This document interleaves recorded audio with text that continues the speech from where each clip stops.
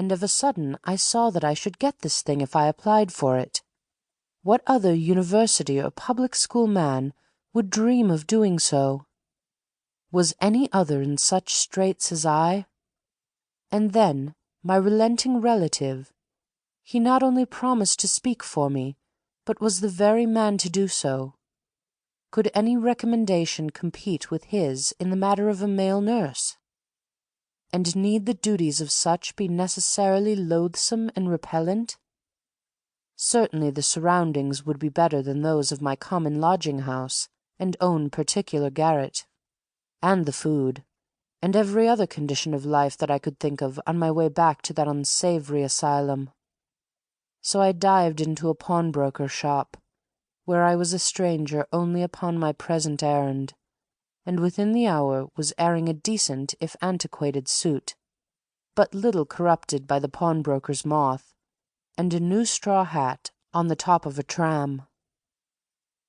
The address given in the advertisement was that of a flat at Earl's Court, which cost me a cross-country journey, finishing with the District Railway and a 7-minute walk. It was now past midday, and the Terrywood pavement was good to smell as I strode up the Earl's Court Road. It was great to walk the civilized world again. There were men with coats on their backs, and ladies in gloves. My only fear was lest I run up against one or other whom I had known of old. But it was my lucky day. I felt it in my bones. I was going to get this berth, and sometimes I should be able to smell the wood pavement on the old boy's errands. Perhaps he would insist on skimming over it in his bath-chair, with me behind. I felt quite nervous when I reached the flats. They were a small pile in a side street, and I pitied the doctor whose plate I saw upon the palings before the ground-floor windows. He must be in a very small way, I thought. I rather pitied myself as well. I had indulged in visions of better flats than these. There were no balconies. The porter was out of livery. There was no lift, and my invalid on the 3rd floor. I trudged up wishing I had never lived in Mount Street, and brushed against a dejected individual coming down. A full-blooded young fellow in a frock-coat flung the right door open at my summons. "Does Mr. Maturin live here?" I inquired. "That's right," said the full-blooded young man, grinning all over a convivial countenance. I've come about this advertisement in the Daily Mail." "You're the 39th," cried the blood. "That was the 38th you met upon the stair, and the day's still young. Excuse my staring at you.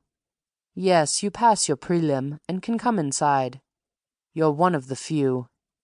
We had most just after breakfast, but now the porter's heading off the worst cases, and that last chap was the first for 20 minutes. Come in here." And I was ushered into an empty room with a good bay window, which enabled my full-blooded friend to inspect me yet more critically in a good light. This he did without the least false delicacy. Then his questions began. "'Varsity man?" "No." "Public school?" "Yes." "Which one?" I told him, and he sighed relief. "At last!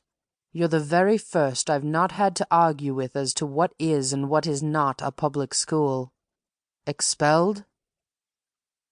"No," I said, after a moment's hesitation. "No, I was not expelled. And I hope you won't expel me if I ask a question in my turn." "Certainly not." "Are you Mr. Maturin's son?" "No. My name's Theobald. You may have seen it down below." "The doctor?" I said. "His doctor," said Theobald with a satisfied eye. "Mr. Maturin's doctor. He is having a male nurse and attendant by my advice, and he wants a gentleman if he can get one. I rather think he'll see you, though he's only seen 2 or 3 all day. There are certain questions which he prefers to ask himself, and it's no good going over the same ground twice, so perhaps I had better tell him about you before we get..."